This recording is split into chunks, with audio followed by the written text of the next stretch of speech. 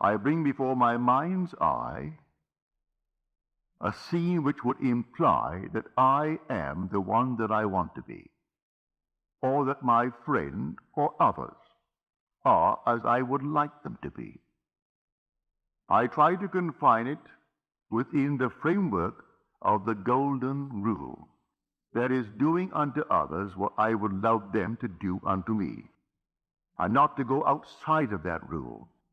It's such an easy thing to practice. Would I like the good that I ask of them?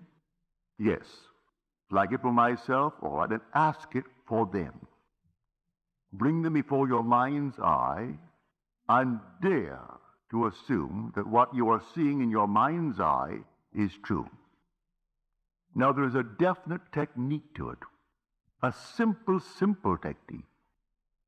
If I can share with you what I do, and it works, I bring them into my mind's eye and I work myself up into an emotional state.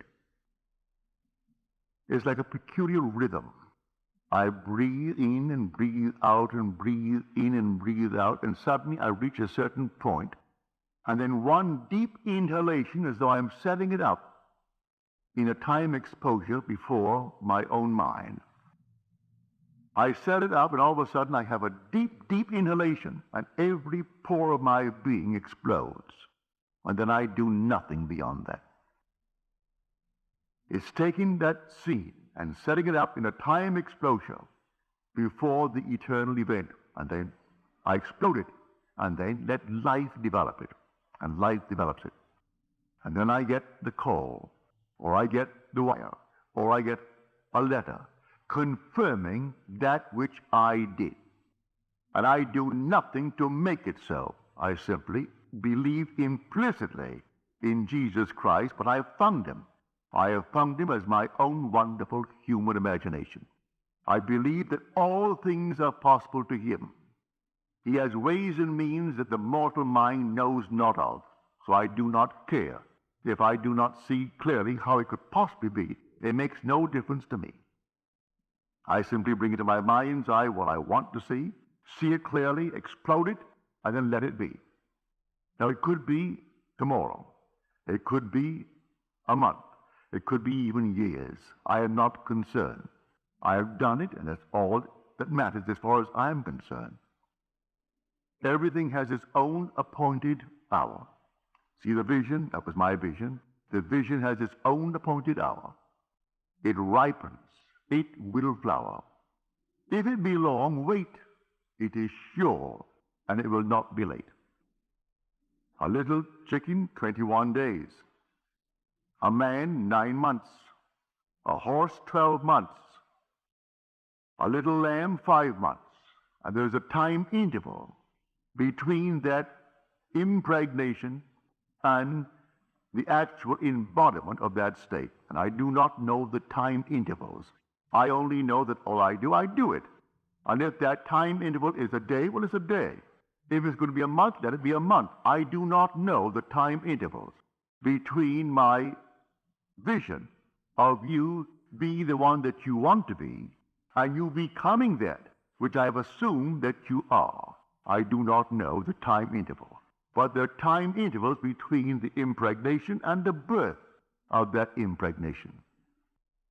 But I tell you, it works. So I do not need to ask anyone or turn to anyone. Not that I am not saying to you, turn to me. If you have confidence that I can use a law that you are not yet aware of or feel that you cannot quite master it, I invite you to turn to me. Cost you nothing. I charge not one nickel for it. To me, it's a simple technique, a simple process.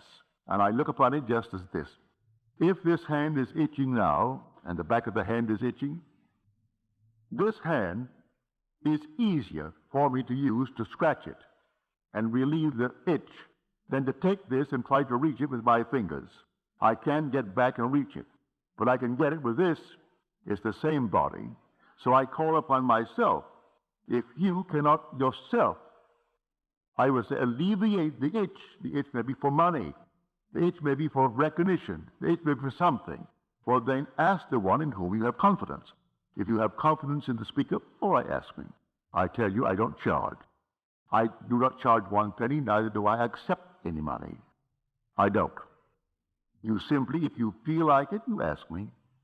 And I will, to the best of my ability, simply feel within myself that things are as you desire them to be, providing it comes within the code of what I call my ethical code, that it is not at the expense of another aspect of my being. Don't ask me to hurt anyone in this world, because I could not. I would not ask anyone to be hurt. But if you want recognition in this world, you want money in this world, you want comfort in this world, I see nothing wrong in that, because these things I would want for myself. So I put them within the frame of the golden rule and ask for them. It's a simple, simple technique. So let us discuss how things are brought into being. Well, how are they brought into being? By your own wonderful imaginal acts. That's how they're brought into being. Because your imagination is God. Your imagining, that is God in action. Do you know what you would love for yourself and for your loved ones in this world? Assume that you have it. And that assumption, though at the moment, is denied by your senses, denied by reason, if you persist in it because you believe in Him, it will harden into fact. And no power in the world can stop it. It can't stop it. But I can tell you the interval of time between your assumption and its hardening into fact. But I promise you from experience, it will harden into fact. But do it in love. May I tell you? Whenever you are in doubt, do the loving thing, and you've done the right thing. If ever in doubt, ask a very simple question. Would I like it done to me? If you can answer in the affirmative, then do it. And you cannot go wrong if you use that as your guide. Now, before we go into the silence, let me once more try to explain this simple, simple technique. You will have to practice it and use your own rhythm. You don't have to be in church to do it. You can be sitting here tonight.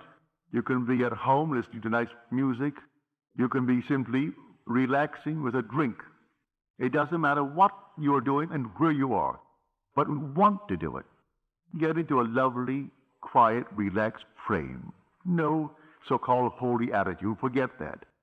You're holy when you're in love. God is love. So you would love it for someone else. That is all that you need. That mood. Wouldn't it be wonderful if she actually had it? If he had it? If they had it? Also, you know exactly what you want now. And then you imagine you are seeing them.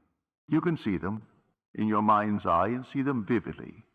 And then breathe yourself into a rhythm. They're telling you that they have it.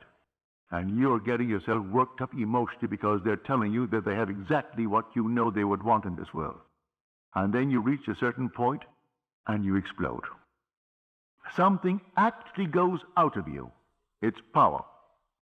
You work yourself up into a certain emotional state and then suddenly you explode. And you feel everything go out. And you cannot repeat it. There's no desire to repeat it. It was an actual psychic, sexual act. But there's no physical act. There is no evidence of any physical act. But it's the same thrill that you would were it a physical act. Work yourself right up into that state and then let it go. And do not raise one finger to make it so, any more than you would after impregnation. What could you do after pregnancy is taking place? Nothing. Leave it alone and let it take place in its own good time.